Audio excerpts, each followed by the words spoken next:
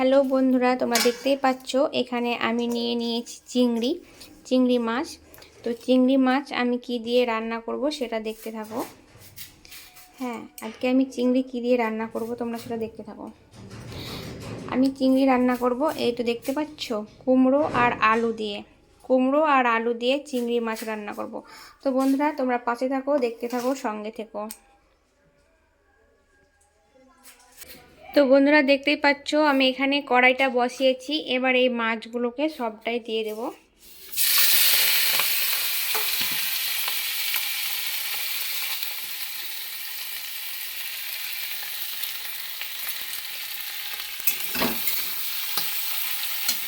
আমি এই মাছগুলোকে ভেজে নেব ভালো করে।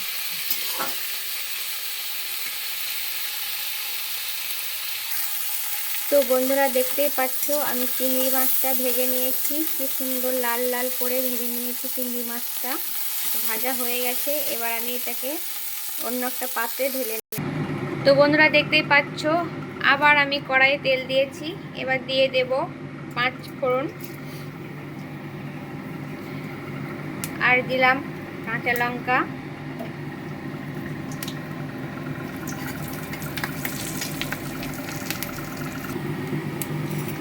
আর দিচ্ছি পেঁয়াজ।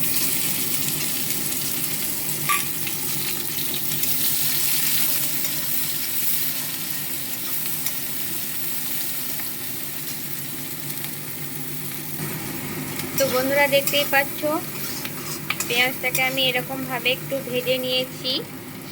এবার আমি দিয়ে দেব এর মধ্যে হলুদ গুঁড়ো, যেমন লাগবে সেরকম আমি হলুদ গুঁড়ো নিয়েছি। আবারও নেড়ে চেড়ে নিচ্ছি। এবার দেখো এখানে আছে আদা বাটা, জিরে বাটা, রসুন বাটা, লঙ্কা বাটা, সব কিছু আছে। এটাতে দিয়ে দিলাম। এটাকে ভালো করে একটু নেড়ে চেড়ে নিলাম। মশলাটাকে আমি এবার ভালো করে একটু কষিয়ে নেব। আর দিচ্ছি চিনি। কুমড়ো তরকারিতে যদি চিনি না দাও একদমই ভালো লাগে না। চিনিটা দিলে ভালো লাগে, একটু টেস্টি হয়। তো বন্ধুরা প্রত্যেক দিনই যে ভালো ভালো নিত্য নতুন মানে খাবার রেসিপি মানে বানাতে পারবো সেরকম নয়। এটা ঘরোয়া পদ্ধতিতে আমি রান্না করছি। যেমনভাবে আমি বাড়িতে রান্না করি ঠিক সেরকমভাবে রান্না করছি আর কি। ঠিক আছে, তো দেখতে থাকো, সঙ্গে থাকো। তো মশলাটা আমার হয়ে গেছে। তো এবার আমি দেব কুমড়ো আলুটা এবার এর মধ্যে দিয়ে দিলাম। ভালো করে নেড়ে চেড়ে নেব এবার।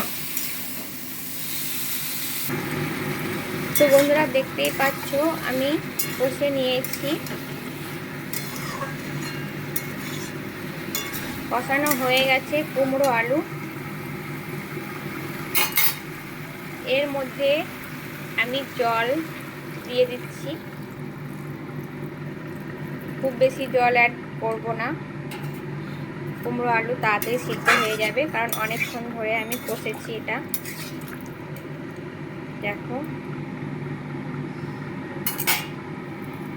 এবার আমি দিয়ে দিচ্ছি এই চিংড়ি মাছগুলো ভেজে রেখেছিলাম। যদিও আমি সবটা দেব না, অল্প পরিমাণে দেব।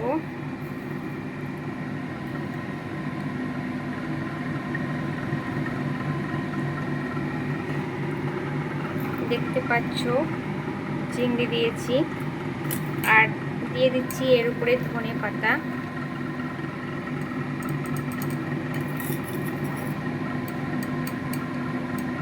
তো আমি লবণটা একটু আগেই দিয়েছি, সেটা দেখানো হয়নি।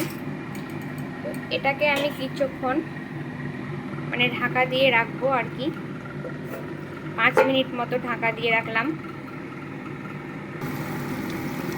তো বন্ধুরা দেখতেই পাচ্ছ কুমড়ো আলু দিয়ে চিংড়ি মাছের রেসিপি। দেখো আমার প্রায় হয়ে গেছে এটা।